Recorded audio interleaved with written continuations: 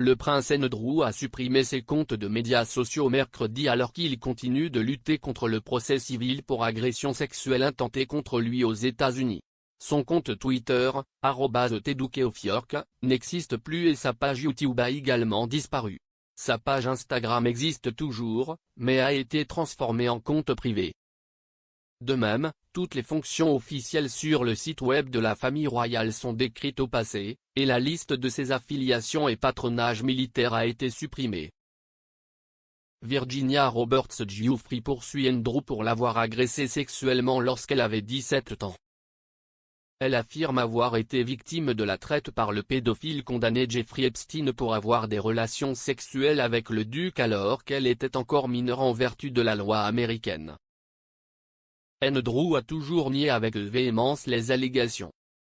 Ghislaine, le prince Andrew et le pédophile a été diffusé sur ITV quelques jours seulement après que Maxwell a été reconnu coupable de 5 chefs d'accusation, dont le trafic sexuel d'enfants. Elle attend sa condamnation, mais pourrait encourir jusqu'à 65 ans de prison. Le documentaire a révélé de nouvelles révélations sur la relation que le couple avait avec Andrew. Selon le duc lui-même, Maxwell l'a présenté à Epstein en 1999. En juillet de la même année, le couple lui a rendu visite à la maison familiale écossaise de la reine à Balmoral. Epstein et Maxwell ont été vus se détendre dans la cabane en rondin de la reine à Glenbeigh sur le domaine. Le bras de Maxwell est drapé sur les jambes d'Epstein, tandis que son bras est tendu derrière elle. L'expert royal Russell Myers a déclaré à propos des photos, « À ce moment-là, je pense que cela a vraiment remis en question l'accès qu'Epstein et Maxwell avaient au prince Andrew.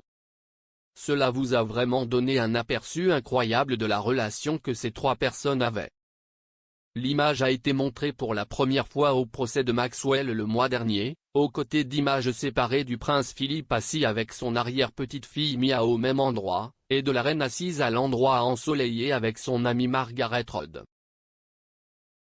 Il avait déjà été rapporté qu'Andrew avait accueilli Epstein à Balmoral à la mi-1999.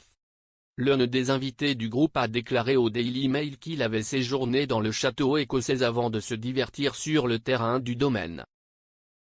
Le documentaire est le dernier coup porté à la réputation d'Andrew, car un certain nombre de témoignages suggèrent qu'il entretenait une relation étroite avec Maxwell.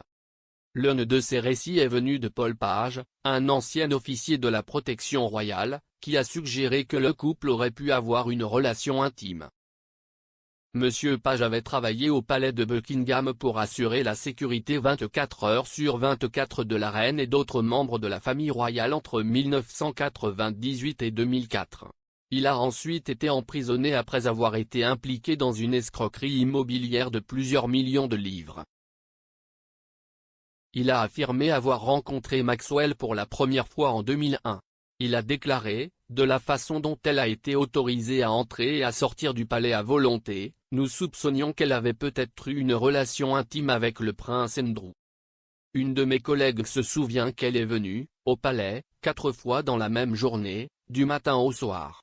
Elle n'arrêtait pas d'entrer et de sortir, d'entrer et de sortir. Monsieur Page a également eu accès aux appartements privés d'Andrew pendant qu'il travaillait pour la famille royale.